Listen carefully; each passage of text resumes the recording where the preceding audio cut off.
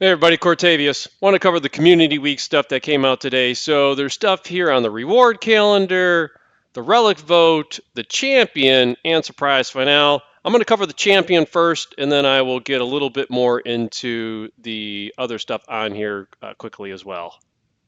So we are going to get a new champion here, which will just be a 7-day login.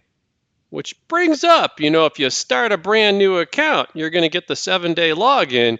You could also use my code in the description below to pick up Karato, who's arguably a better, stronger nuker to start out with, who can also lock down the enemy. You also get Tagoar, who's a great epic when you hit level 15.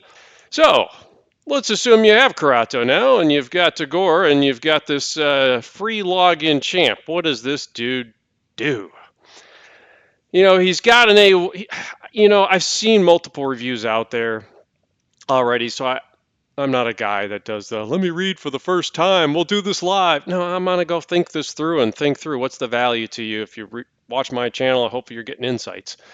So, you know, Tyraco, I think, had him as S tier on his thumbnail, and then others were like, he's okay. So let's go through the kit, and I'll give you my overall view on him. So his A1 this A1's nice. It's got an AOE, which is helpful. So you could put him in a stun set, and he'd bring some control on with the AOE. But if you're using him as a nuker, as a reviver, and you want him to survive in faction wars, Regen said if your early game is probably more useful to keep him alive to make sure he's there to revive. So I don't know that you really have a stun set that will keep him strong enough to stay around that he doesn't risk getting killed. So I don't know. I don't know that that's actually practical if you're an early game faction player here. His heal value, so he's got a 5% heal. I think 5% heal on an A1 is that you're only going to use, every now and then because you're going to try and use the other skills. I guess he only has an A2 with another ability, and that's on a 5-turn to 3-turn cooldown. So you're going to get the A1 a couple times, but a 5% A1 heal's okay. Cardial cited as being a good healer with just an A1, but his is 7.5%, and he can join ally attacks and use that A1 a lot more. So he's going to get a lot more heals off that. So it's okay, I'd say. I do like the AOE. And then books here are just wasted. 4 damage books on a guy who's not built for damage. I just think that's poor game design, and I hate that. I feel like that is just a book tax. Give me 4 of your books if you want to book this dude, because I might throw him at the A1 as a game, and I'm just gonna waste him. At least give us the heal plus 5%, heal plus 5%. Give me 4 heal books.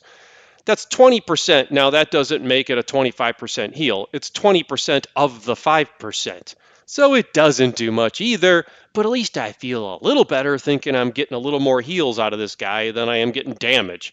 So I hate that when they put 4 damage books on a support champ's A1, but it is what it is.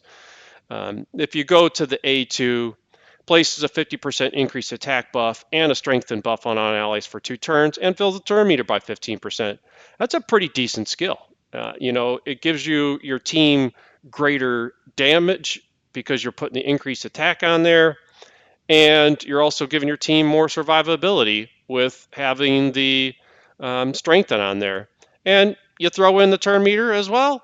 It's being likened to like the mini Arbiter. Arbiter gives a better turn meter boost, but she does increase attack as well. So he throws a strengthen in instead. I think this ability, to me, it depends a little bit too on what speed they give the champ. If he's got 100 base speed, that's probably, it's not like you're going to use him as an arena booster. If they give him 115 speed, that's a much more useful skill. So we'll have to see what they do with it, but it certainly is a good skill, I'd say. And it's efficient use of books. 2 books, pure cooldowns, takes it from a 5-turn to a 3-turn. That is definitely money. That is efficient use of books. So I dinged them for books on the first skill. I'll give them credit on the second skill.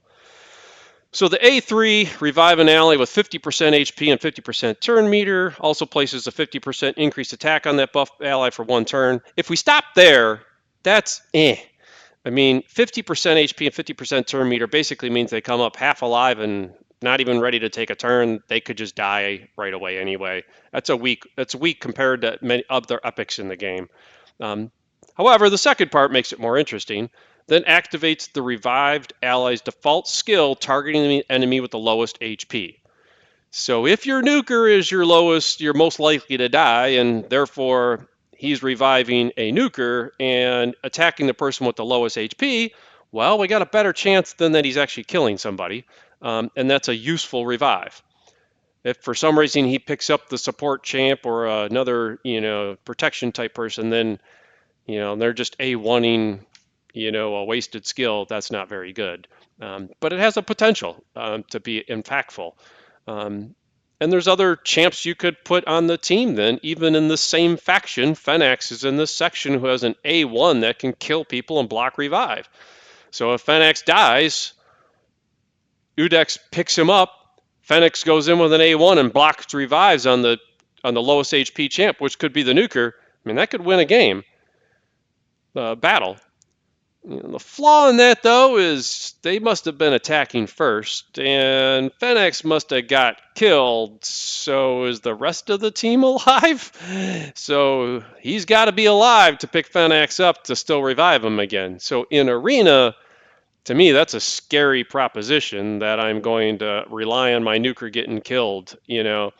If it's a PvE content, then that can be more useful because you can pick him up, he could block, take someone else out.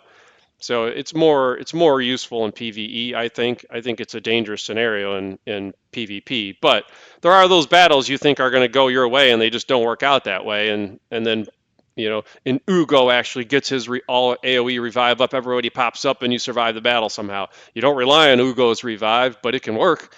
I feel like that could be this. I wouldn't plan my strategy around it. I'm going to let my Georgid or my Fenax, my Anithue Blood Twin die so I can pick them up. I would view it more as a nice to have if it happens. So efficient books again. We got 2 books here. So you're only taking 2 books, and it takes the revive from a 6 turn down to a 4 turn.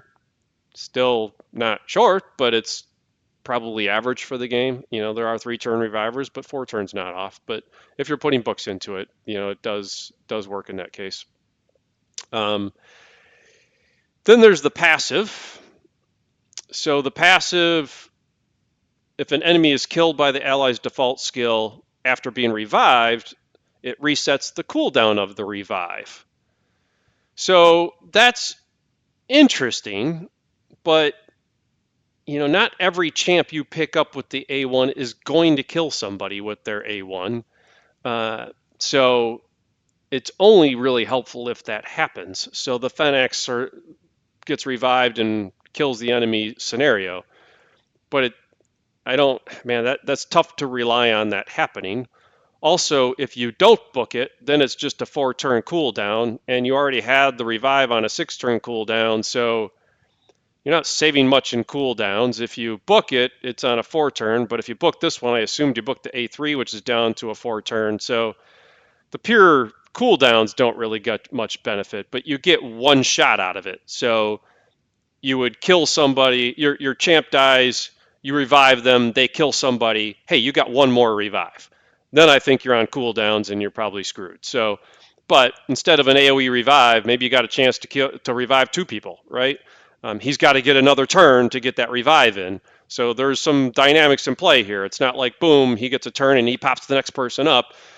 That revive champ has to kill someone. He gets the skill back. He's got to get the turn to revive either that nuker again if they got killed or someone else. And now everything's on cooldown, and you're probably hoping that you've killed the enemy by now, or you're probably dead. So it is an interesting mechanic. I like the uniqueness of it, but I feel like it's problematic. And it's the other thing is, and I guess we'll cover the aura and I'll come back to that. So the aura increases speed in arena battles by 25%. I think that's a poor aura because I think this is a champ that, if anywhere, I'd want to use in faction wars. But you give me an aura that I can only use in arena. I don't see him as an arena champ per se. Versus, especially you get to mid, late, end game, there's just too many arena champs competing for 4 spots. 12 if I include 3v3. But I don't see him as a strong PvP arena champ per se. So I don't see wanting that arena aura versus others. And if it is just an arena aura for a legendary champ, 25%, it's like, that's not a great aura for just arena only for a legendary champ. So I think early game, then he could make your arena team. But I think even early game these days, you get a lot of champs. So I don't know that as I said, I'd rather have a faction aura there, or an all battles aura, of course. But if not, I probably would choose faction over anything because I think that's the most likely place he could be used going forward. So that's what I view as far as the aura. Now, just let me flip the game real quick and just kind of compare. If I'm using him as a faction war reviver, how does he compare?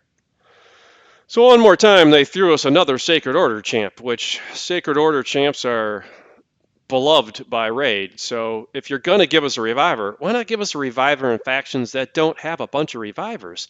So just in this faction, we just had the Noelle fusion, so I would think a lot of you got Noelle, and she brings a revive that revives all dead allies with 50% HP and 50% turn meter. That's what he does for one ally. Now, he gets that ally to go do something. What does she do? She has a 100% chance of placing a freeze on all enemies for one turn. And if you have Sir Nicholas, you get more things. Let's assume we don't have him. So I'm going to freeze the entire enemy so that they can't take a turn right away, which allows me to now protect, heal, and buff my champs and do some damage. Yeah, I'd rather have Lady Noelle. And let's not forget, she's got other stuff in her kit that adds value to it with block buffs and freezes and a passive that decreases speed of enemies. I mean, I'll take her kit over his. Funny enough, there's the arena speed battle for 30%. So I'll take her kit over his overall, and she's got a better revive in my mind too. So I got Lady Noelle we just got. Granted, she's a legendary if you didn't get her. But then you got Godseeker and Eerie who could be on the team if I'm looking for somebody in Sacred Order faction. And she's got the passive, which if somebody's about to get killed, preempts the hit and puts revive on death on them before the damage is taken. So she'll stop someone from getting killed. And she's also got a revive with 50% HP, 50% turn meter, and resets the cooldown on all their skills. She's an epic. And she's got other stuff on this kit too, where she can heal people by 5% of their max HP with the lowest HP. So not everybody, but the lowest HP. And she does an A2, which heals all allies and increases the duration of buffs on all enemies, and decreases the duration of all buffs on all enemies, and increases the duration of all buffs on all allies. I think I'm taking Godseeker and Eerie into this fight before I'm taking the legendary that we're getting for free. Just me. And then a little more, if we're talking arena aura that the guy got, if I'm talking arena revivers, how do I look past Cardinal? Cardinal brings in the pass in her ability, her A3. She revives all dead allies, gives them 25% max HP. Okay, it's not 50, but you don't care because you read the next part, and boosts their turn meter to max. So when she revives the whole team, they instantly go. I don't have to wait for them to take a turn. I don't have 50% turn meter. They're going.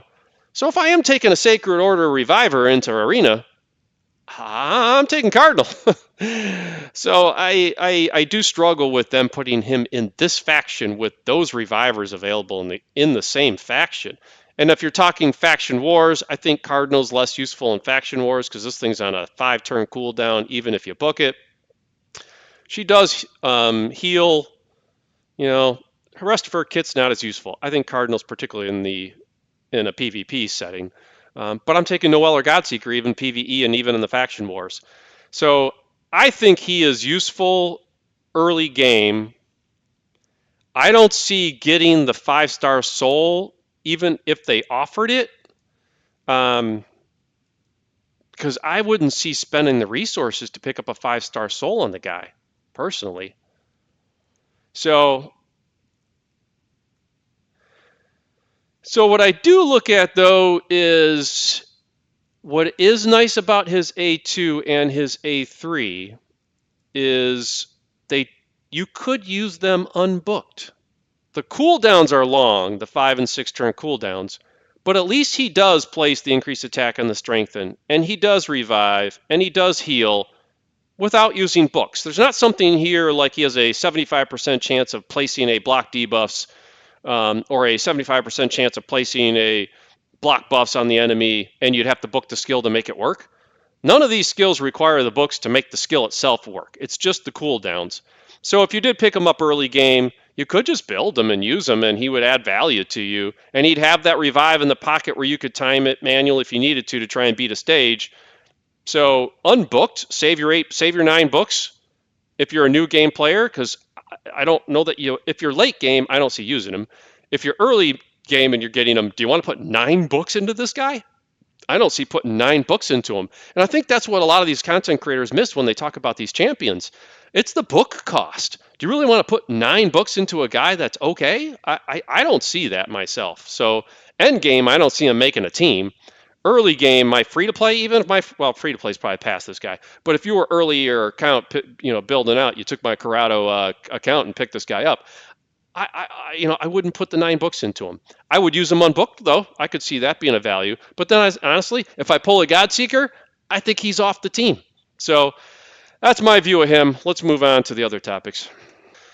So in here we've got the reward calendar. You have to log in to get the rewards daily, and it starts on April 10th, and it goes through May 4th. You won't see the rewards until they pop up in game that day, so you have to log in every day to get those. But the fragments and the relic will be available even if you don't log in each day. But between May 5th and May 9th, you have the ability to pick up all the fragments and the relic. So you just got to log in once in those days and claim the things you're missing. So you got a 4-day period there to make that up. And then the free legendary relic vote. So vote there, vote for the wand of submission is what I'd say. That's the best thing to get. We talked about the champ, and there was a surprise finale here. I don't know what the surprise finale is. I didn't see any content creators that are in the raid program didn't seem to know either. So we'll find out what the surprise finale is. Hopefully that's not some multi battles and some energy. Hopefully there's something cool there. So they have a whole separate box on it. So I'm optimistic there's something good there. So anyway, that's my view on the community weeks and the champion. Hopefully that was useful to you. If you found it insightful, would love it if you could like and subscribe and trying to build the channel. And hope you're having a great day. Thanks.